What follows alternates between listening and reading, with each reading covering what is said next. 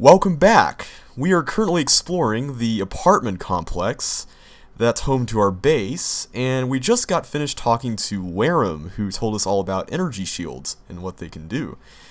Well, like I said, we're not going to purchase one from him because we'll find plenty, and most of them we're going to probably be selling anyway.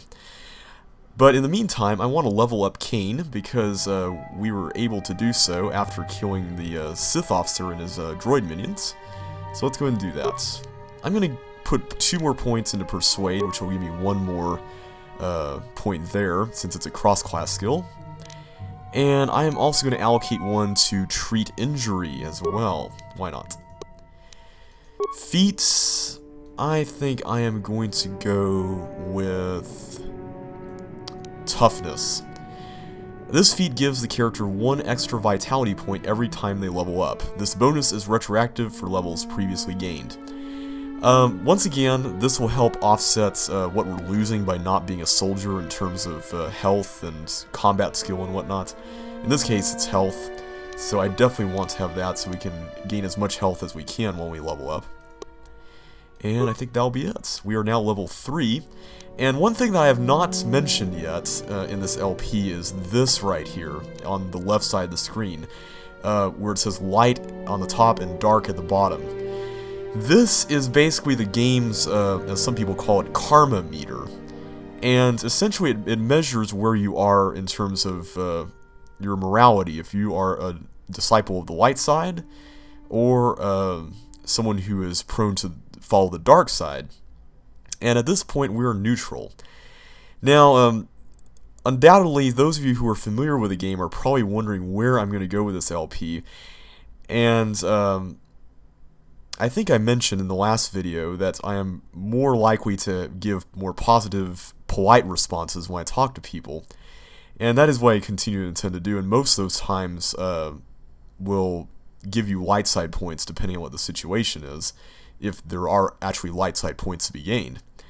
So I will continue to do that, and for the most part my walkthrough is going to be light side. But I will also say that there are certain quests in this game that are exclusively dark side and that they give you dark side points. And I do want to show those, but hopefully I'll have enough light side points that my character will remain light even with those dark side points added. But there won't be too many of those, and for the most part the quests will have decisions where you can go either light or dark side at the very end. So that's just something to keep in mind.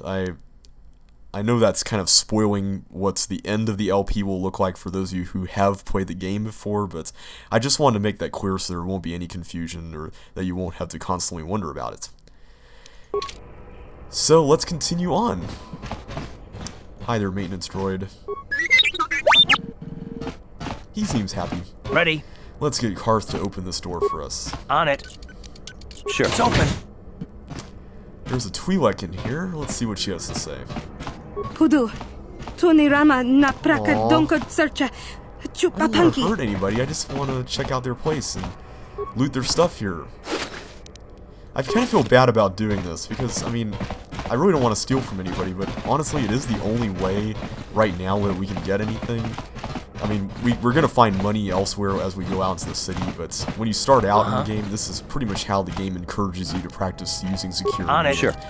It's open. Getting loot and whatnot. There's an Ithorian here. Oh, we're not going to hurt you, guy. Don't worry about it.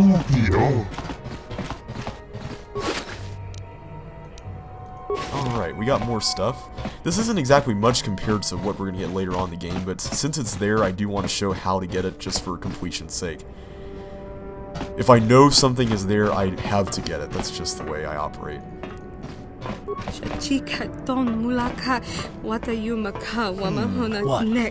Doesn't seem like the Sith are getting a lot of love here on Taris, and rightfully so. On it. It's open. What? Alright, an empty apartment. See, this one I feel less bad about breaking into. Ooh, we get a nice sunset view there. Let's see, is there anywhere else we can explore? There is a view here that we can see out into the city. And a janitor we can talk to. Hey there, watch where you're walking. I just cleaned those floors. My name's Kadir. I'm the janitor for this building. You must be the new tenant here, right? Never thought they'd rent that abandoned apartment. You look like an off-worlder. What happened? You get stuck here because of the quarantine? Can't see any other reason someone would want to rent that old apartment. One thing I should probably mention is that even though he mentions renting the apartment, that's not going to affect our credit balance, by the way. Don't know how much I can tell you, but seeing as how you're new here, I guess I can try and help you out. Alright, let's see here. We've heard a little bit about Terrace from Karth, but I'm curious to know what a resident of the planet has to say about it. Decent enough place to live, I guess, except for the lower levels. That's where the swoop gangs hang out. Just stay in Upper City and you'll be fine. You also might want to check out the cantina. I used to go there when I was younger. A good place to get a drink and find out what's going on in Upper City. Ooh, cantina, huh? I wonder if they have a band like in A New Hope.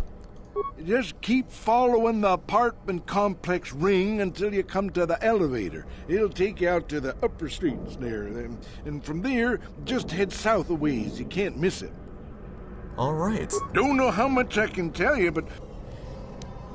What does he think about the Sith and the quarantine? Not much of a issue for me, you know. I ain't never left Taurus, and they ain't never gonna. A lot of other folks are sure riled up about it, but I don't really know much about it. I prefer to keep to myself mostly. But there's plenty of people at the cantina who'll be more than happy to tell you what they think about the Sith and their quarantine. Don't know how much...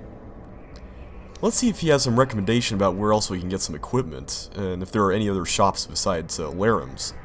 Well, the best place to go is probably Kebley Yurt's store. She's right across from the cantina, so you can stop in for a drink if you get thirsty while you're shopping. Just keep following the park. Alright, we heard that already. But drinks and shopping sounds like a good combination for our first adventure out into the city. I should get back to work anyway. I'll probably see you around. I'm here most of the time. The building doesn't clean itself, you know. Alright, he was nice to talk to him. He seems like a decent fellow. This is the door to our apartment, so we don't need to go back in there right now. And here's the Duros. I guess he hasn't moved the bodies yet, though. Let's see. We just need to find the elevator, and it's right here. To Upper City. Let's go.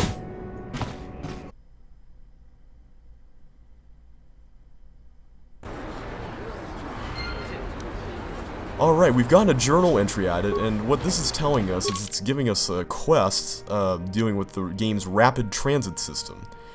Star Wars Knights of the Old Republic has a rapid transit system to allow you to move quickly through the game. You can access the rapid transit system through your map screen. On the map screen, you will see a button that says Return to Hideout. In non-action areas, you can use this button to instantly transport you back to the apartment complex where your base is located. In some action areas, this button will be disabled. While in the apartment complex, the button on the map screen will read Transit Back. When pressed, you will be transported back to the location where you last used the Return to Hideout function. Remember, if you leave the area around your hideout, the Transit Back button will switch back to Return to Hideout and you will have to manually walk back to your previous location. You should try using the Return to Hideout and Transit Back buttons now, just to see how they work. From a gameplay perspective, this really helps a lot, because we're going to be doing a lot of backtracking throughout the game. And I'll go and show you how that works right now. We can just click here, and return to our base. Or rather, we're going to return to the outside of the door to our base. This is so that we can just do a little bit of exploring around here if we need to take care of some things. If we leave the apartment complex ring, then we will have to manually walk back to where we were, which is thankfully right outside. So let's go ahead and do that. But anyhow, what I was saying was that I'm going to be making rather liberal use of this, and from an in-universe perspective, it doesn't quite make as much sense, but for the purposes of this LP, it will definitely help it move along a lot faster than it would if I didn't use it, so I'm planning to use it as much as I can. When it says action areas, it is of course referring to where combat takes place, but there are some areas in this game where combat doesn't necessarily take place where you really can't use it. And you'll see what those are as we get there. Well, we are here in the upper city. Looks like a pretty decent enough place. I heard there's a swoop gang war in the lower city. They say you can get shot just walking in the streets down there. That doesn't sound too good. What about the Sith? What do they have to say? Should we talk to them? Out of our way, citizen. We're on official Sith business. Oh. Just stand aside if you know what's good for you. Okay. We won't bother you. Well, the first place I want to go is the cantina that was mentioned. And this right here is the first time of many that the game is going to be alerting us to the possibility that we can unlock new dialogue with our party members. And to be honest, you don't have to have your party members with you to get these dialogue options. You can speak to them back at the base, but I'd rather do it now. Yes, what's on your mind? Let's find out a little bit more about him. It seems like he's got a story that he's been keeping secret from us. Me? Well, I've been a star pilot for the Republic for years. Seen more than my share of wars. I fought in the Mandalorian Wars before all this started. But with all that, I've never experienced anything like the slaughter these Sith animals can unleash. Not even the Mandalorians were that senseless. My homeworld was one of the first planets to fall to Malak's fleet. The Sith bombed it into submission, and there wasn't a damn thing our Republic forces could do to stop it. For those who don't know, the Mandalorians are basically a race of warriors. And we'll find out more about them later, but at this point, all that needs to be known is that they enjoy conquering other worlds. But it doesn't sound like Carth is very pleased about how this turned out, and not just because it turned out poorly. It sounds like he feels like he was involved. It shouldn't be my fault. I did everything I could. I followed my orders and did my duty. That shouldn't mean I failed him. I didn't. No, that's not what I mean. I mean, I'm sorry, I'm not making much sense. You probably mean well with your questions. I'm just not accustomed to talking about my past very much. At all, actually. I'm more used to taking action, keeping my mind focused on the business at hand. So let's just do that. If you have more questions, ask them later. Okay, we'll ask again, and we'll get a few chances to do so. For now, though, I'm going to check out this store before we go to the cantina. This is Kebla Yurt's store, and it's got a sign out here that says the Equipment Emporium. I'm not sure if we can actually read it. I can't exactly tell what it says. Well, wait a minute. From this angle, I might be able to see it. Let me see. Okay, it's in Huttese. Hi there. Hello there. I haven't seen you in my shop before. Allow me to introduce myself. My name is Kebla Yurt. Welcome to the Equipment Emporium. You looking to buy some supplies? My shop's the largest one in all of Upper Terrace. Best selection on the planet. Whatever you need, I've got. Well, mostly. Mostly? What do you mean by that? Yeah. The Sith confiscated all my heavy weapons, and they impounded all my ships and swoop bikes. But I've still got a real nice selection, if you're interested. I was laughing a little while ago because she's got a really strange colored lipstick. It's almost kind of blue. Well, sort of muted blue, but still. Well, let's see what she's got to offer. Just so you know, the prices on the items are final. No bargaining here. This isn't a swap meet, okay? I only deal in top-notch stuff.